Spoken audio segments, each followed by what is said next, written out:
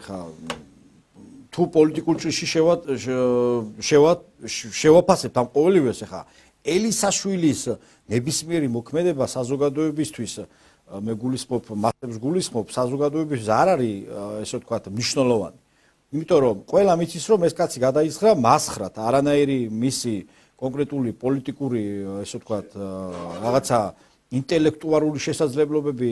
მას არ გააჩნია მხოლოდ და მხოლოდ გადასულია აი ამ ჯამბაზობაზე რა ჯამბაზობას მე ვერ დაგეთახმები ბატონო ალექსანდრე უყურეთ ვერ დაგეთახმებით ამაში და რატო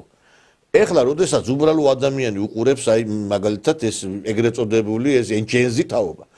აგერ ადგა კაცმა დაარტყა იმას პარლამენტის უმრავლესობის ლიდერს ხო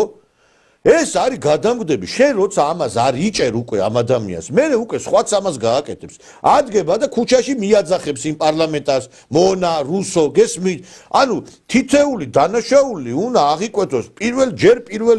პირველივე ფაქტი როცა პარლამენტში მოხდა შეიძლება ეხა მამუკა მდინარაძემ აპატია მას მაგრამ ჩვენ არ ვაპატიებთ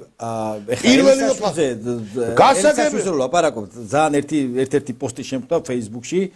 ესეთი რა რომ უკრაინაში როდესაც ჩავიდაო ესა რა ქვია უკრაინაში როდესაც ჩავიდა ანჯელინა ჯოლი 20 მილიონი გადაუხადესო სილვესტრ სტალონი რო ჩავიდა 8 მილიონი გადაუხადესო ჟაკ ვანდამი რო ჩავიდა 1.5 მილიონი გადაუხადესო და ელისაშვილი რო ჩავიდა არაფერი გადაუხადესო და ამით ყველაფერი დათქვამია ბატონო